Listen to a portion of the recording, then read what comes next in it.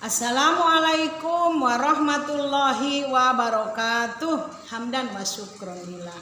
Langsung aja ya ke dalam tema atau judul disiksa di dalam kubur gara-gara sholatnya suka lalai. Masya Allah. Ada seorang perempuan, seorang istri meninggal. Kemudian setelah dipulasara, dimandiin, kemudian diwuduin, dikafanin, lalu dibawa ke masjid. Dan alhamdulillah masyarakat pada menyolatinya sangat banyak.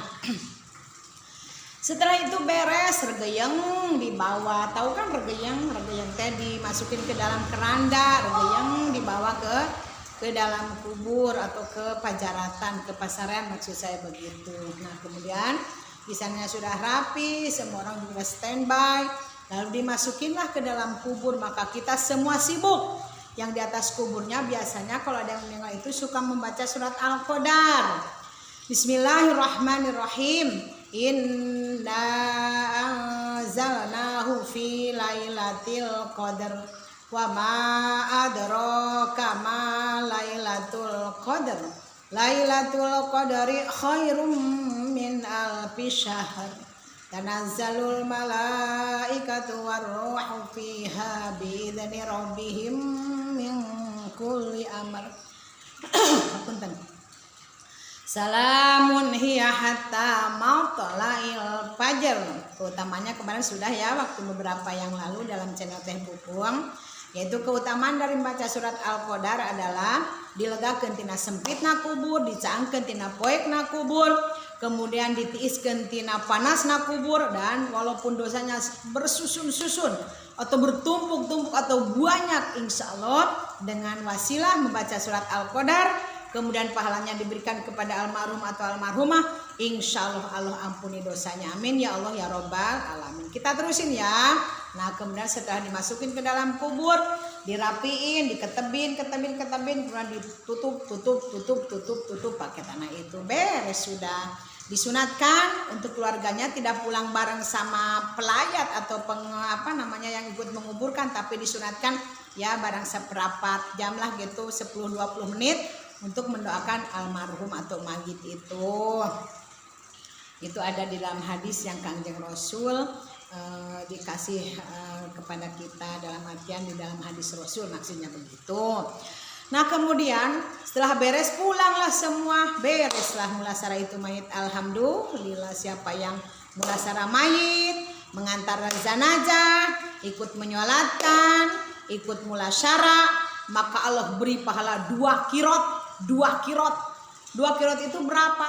2 kalian gede gunung Uhud. Masya Allah, subhanallah, itu pahala dari Allah. Nah kita langsung pulang semuanya. Setelah pulang ke rumah masing-masing, itu almarhumah itu, si mayit itu punya adik. Adanya teh tiba-tiba cepat cipi ke dalam satu. Oh ada barang yang ketinggalan. Tapi dipikir-pikir barang ini kayaknya ikut ke kubur deh. Dia berprinsip begitu ya, punya pemikiran begitu. Akhirnya dia tanpa bibu, tanpa basa-basi, nggak memberitahu kepada siapa-siapa, dia lari kenceng dia, yaitu menuju kuburan kakaknya itu.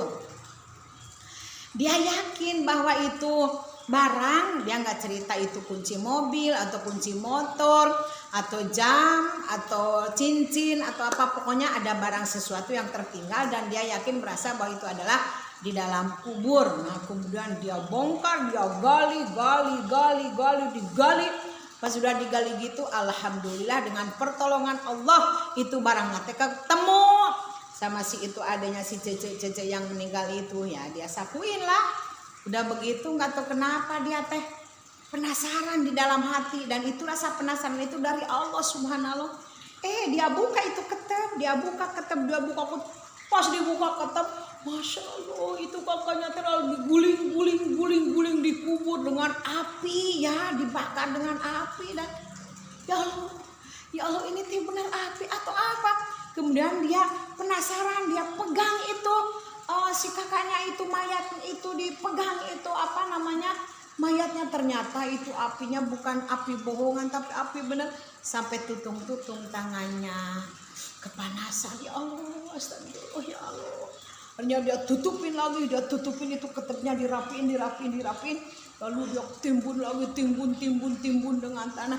Rapih beres, udah beres gitu dia lari pulang ke rumahnya.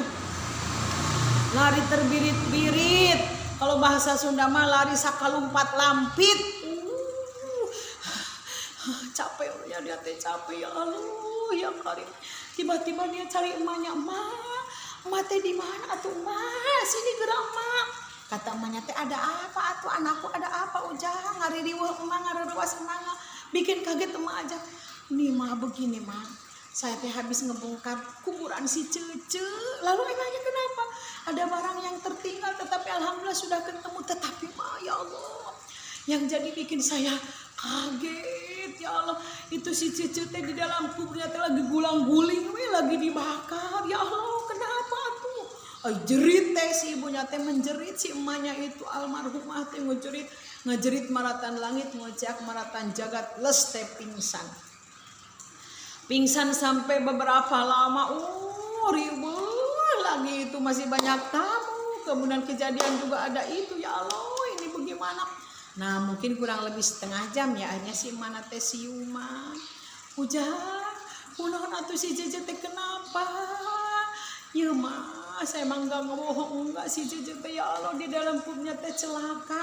Emangnya kenapa ya Maya? Itu teh si Cece teh kenapa? Kata ibu-ibunya begini. Ya Jang, anak emak ya. Kakak kamu teh baik banget, baik sama emak saya, sama bapak juga baik, sama ibu mertuanya juga hormat. Kemudian dia tukang sodako, apalagi dengan suaminya dia hormat. Sangat apa ya, mau di bahasa Sunda mah namanya teh ngaladen, meladeni, melayani dengan beres gitunya. Gumati pisan gitu bahasa Sunda mah gumati, ngaladen, ngaulaan juga ke anak-anaknya sangat tanggung jawab. Oh gitu ya Maya. Semua orang suka akan dia juga suka ke orang lain, tidak pernah mutusin silaturahim, dia pemaaf, dia baik, suka berangkat ke pengajian. Oh gitu ya, malah apa ya? Kata emaknya begini, yang selama ini emak perhatiin, kakak kamu teh lanjut maneh teh kalau sholatnya suka lalai. Sholat lohor lalai, sholat asar juga kadang 4:30, jam 5, sholat duhur juga udah lebih ya, jam 1, 1:30, sholat isya juga dia santai-santai aja gitu, yang emak perhatiin. Sholat maghrib juga, nah itu aja dia kesalahannya. Masya Allah ya Allah. Maka betul kata Kangjeng Nabi, kata baginda Nabi, awalu ma yuhasabu yaumal qiyamah as-shalah. Perkara yang nanti diperhitungkan di hari kiamat yang paling pertama adalah sholat. Beres sholat, beres semua amalan. Kalau jelek sholat, semua jelek amalan. Nauzubillah summa nauzubillah. Mudah-mudahan kita bisa mengambil ibroh, pelajaran dari yang saya hikayatkan, dan ini adalah betul-betul kisah nyata. Selamat beraktivitas, selamat menjalankan ibadah sholat dengan awal waktu. Laki-laki berjamaah, ibu-ibu juga kalau diizinkan berjamaah, di rumah juga ibu-ibu dengan berjamaah, monggo. Yang penting kita jangan lalai. Terima kasih. Assalamualaikum warahmatullahi wabarakatuh.